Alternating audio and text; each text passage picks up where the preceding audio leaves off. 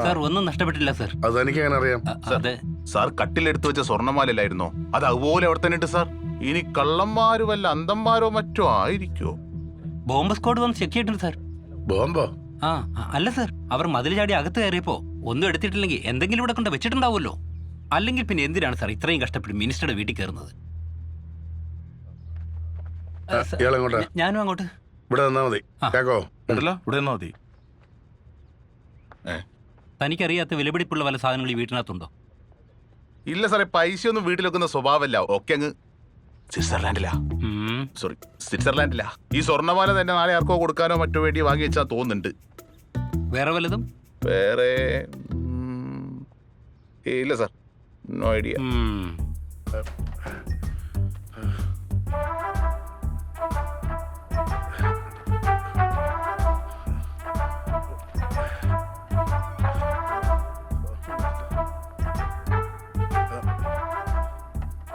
താനാ ബോണി വിളിച്ചേ? മോനെ അവിടെ പോയി വിളിക്കണോ? Okay sir.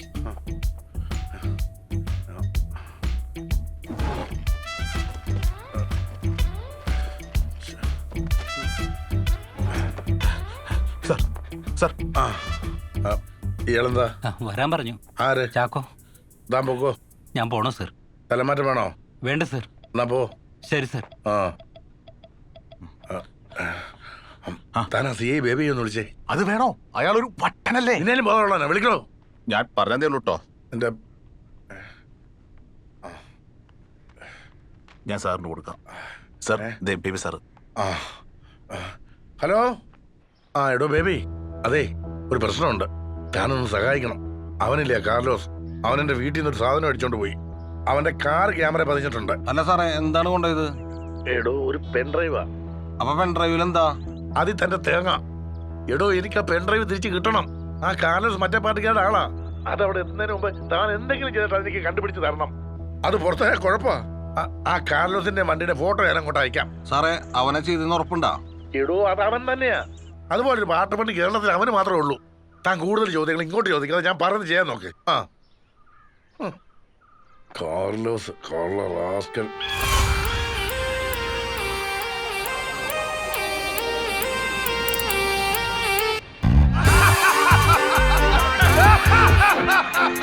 Lovely day! What a lovely day!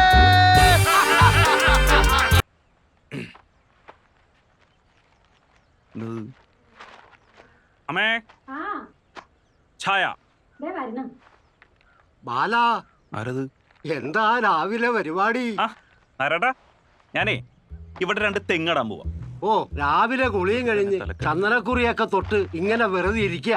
പോയി വല്ല പണിയെടുത്ത് ജീവിച്ചുവിടാ. കഴിഞ്ഞ ആ മിസ്റ്റർ നായർ, രാവിലെ തന്നെ ഉപദേശിക്കാതെ ഇത്തിരി ഇറച്ചിയൊക്കെ മേടിച്ച് വീട്ടിൽ കൊടുക്ക്. ആ ചേച്ചിയുടെ ഇടി വാങ്ങാതെ. വയസ്സ് കുറേ ആയല്ല, കുണുകുണുകുണൂന്ന് പറഞ്ഞ കൊല്ലം കൊണ്ട് നടക്കണം. അടങ്ങിയിരിക്കടാ. തള്ളിടൂ. ചായ എടുക്കട്ടെ? വേണ്ട, ഞാനിപ്പോ കുടിച്ചേ ഉള്ളൂ. ഇതൊന്ന് ചന്തയിൽ കൊണ്ടുപോയി കൊടുക്കണം. എന്നിട്ട് വേണം കുറച്ച് നല്ല മീൻ മേടിക്കാൻ. നിങ്ങൾക്ക് മീൻ വേണോ? വേണ്ട, ഇന്നലെ അവൻ ഇറച്ചി കൊണ്ടുവന്നിരുന്നു. ഓ, അത് നല്ലതാ. മീനിന്റെ ഒക്കെ ഇപ്പൊ എന്താ വില. ഇറച്ചിയാ നല്ലത്. എടാ, നീ കല്യാണത്തിന് വരുന്നില്ലേ? നമ്മളില്ലാതെ എന്ത് കല്യാണം? ഓക്കെ, അപ്പൊ നമുക്ക് നാളെ കാണാം. ഓക്കെ. ആരുടെയാടാ കല്യാണം? അയാളുടെ ആയിരിക്കും, എനിക്കറിയാമുള്ള. നീയല്ലേ കല്യാണത്തിന് പോകാൻ നിൽക്കുന്നേ? ഞാൻ ചുമ്മാ പറഞ്ഞ. ചുമ്മയോ? ഓ, നിന്റെ ഒക്കെ ഒരു ഭാഷ. എടാ, പിന്നെ ഞാനൊരു 100 തവണ നിന്നോട് പറഞ്ഞിട്ടുണ്ട് അയാളെ നായരേട്ടാന്ന് വിളിക്കാൻ പാടില്ലെന്ന്. അമ്മേ, നായരെ എന്ന് വിളിക്കുന്ന അയാൾക്ക് ഇഷ്ടമാണ്. ബഹുമാന പുരസ്കാരം ഞാൻ നായരട്ടാന്ന് വിളിക്കും. നായരെ എന്ന് വിളിച്ചിട്ട് ഞാൻ കുരുത്തക്കിടന്ന് മേടിക്കണല്ലോ. പ്രകാശ, എന്തായി അമ്മന്റെ കല്യാണം തീരുമാനിച്ചോ? അത് നടക്കും തോന്നല്ല. ഇന്നലെ ഭയങ്കര പ്രശ്നമൊക്കെ ആയിരുന്നു.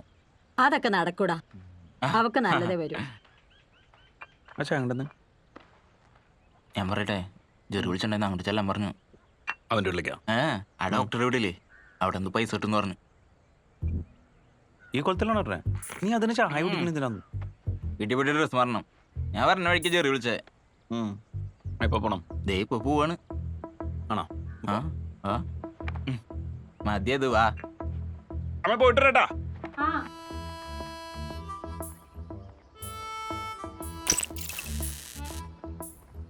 നല്ല കോമഡിയാണ് ഇപ്പൊ വീട്ടില്. ഞാൻ ഒരു കാര്യം പറയട്ടെ, നിന്റെ വീട്ടുകാർക്ക് നല്ല പ്രാന്താ. എനിക്കും തോന്നാറുണ്ട്. അപ്പൊ ആ അമ്മുന്റെ സ്റ്റാൻഡ് എന്താണ്?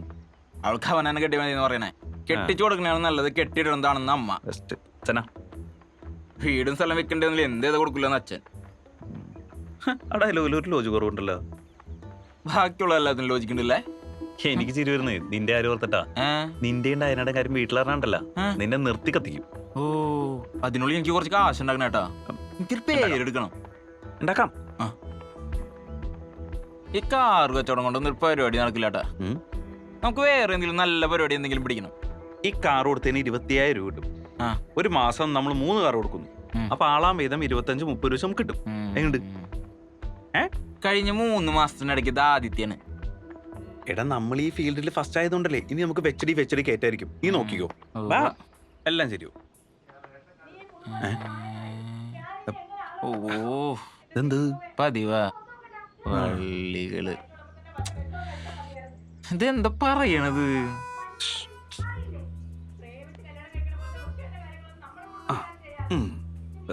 ഇതൊന്നും മൈൻഡ് ചെയ്യേണ്ടതായോ? ഇത് നോക്കിട്ട് കാര്യ നോക്കണ്ടാന്ന്.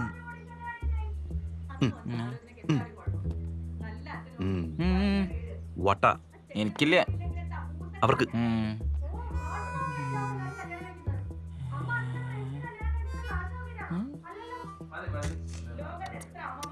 ഇത് കഥയില്ലാത്ത കഥയാണപ്പാ.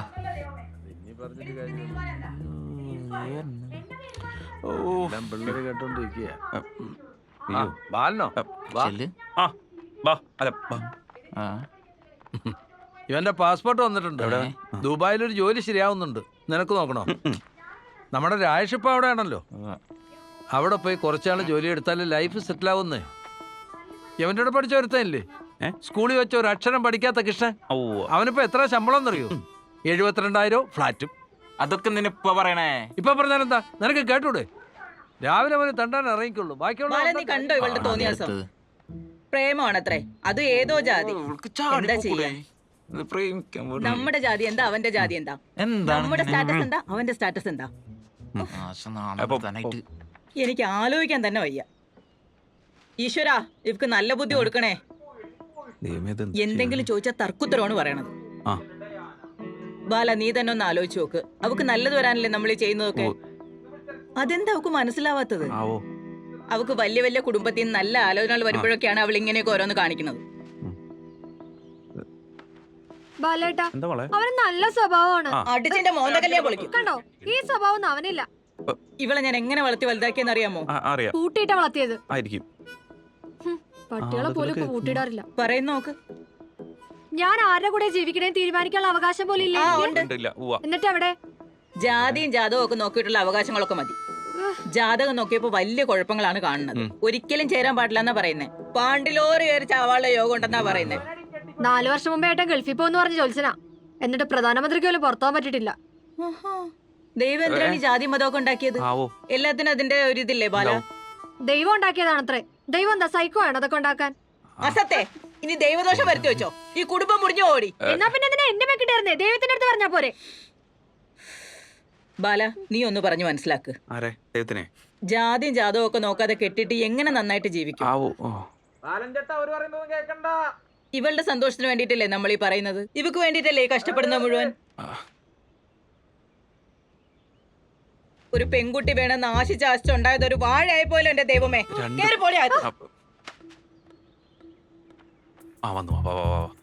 അപ്പൊ നാടകം കഴിഞ്ഞിരിക്കുന്നു, കണ്ടില്ലേ? ഇങ്ങോട്ട് വന്നിങ്ങോട്ട് പോട്ടെ, ഒന്ന് കേറി പോമേ.